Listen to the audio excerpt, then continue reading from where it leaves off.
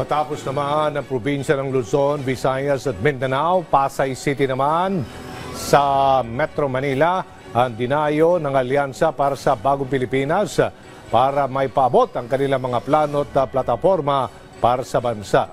Si Mela Lesmora sa sentro ng balita live. Mela. Aljo, para sa ika-4 na campaign rally ng Alyansa para sa Bagong Pilipinas, dito naman sa Metro Manila ang napiling lokasyon ng grupo. Bukod dyan, isang press conference din ang isasagawa rito kasama ang mga senatorial candidate ng administrasyon.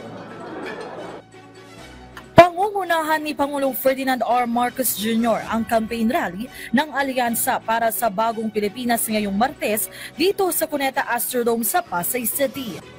Maaga pa lang, mahigpit na ang seguridad sa lugar at kasado na rin ang lahat ng kagamitan dito. Ito na ang ika-4 na campaign rally ng Alyansa.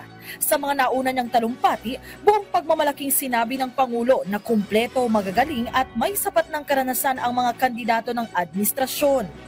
Kaya't sa Hatol ng Bayan 2025, sila anya ang nararapat suportahan ng ating mga kababayan. Hindi lang magaling ang ating mga kandidato sa kanilang trabaho, hindi lang sila nagmamahal kung hindi nauunawaan nila at nalalaman nila kung ano ang hinihiling at kinakailangan ng taong bayan kahit sa buong Pilipinas, hindi lamang doon sa mga lugar na pinanggalingan nila. Bago ang campaign rally ngayong araw, nagkaroon din ng kanya-kanyang aktibidad ang mga pambato ng administrasyon. Si Senador Bong Revilla nakisaya sa Sorteo Festival 2025 sa Carmona, Cavite. Dumalaw rin doon si dating Senador Ping Lacson. Bumisita naman sa Santa Maria, Bulacan si House Deputy Majority Leader Erwin Tulfo. Habang si Senadora Pia Cayetano dumayo naman sa San Carlos City, Pangasinan.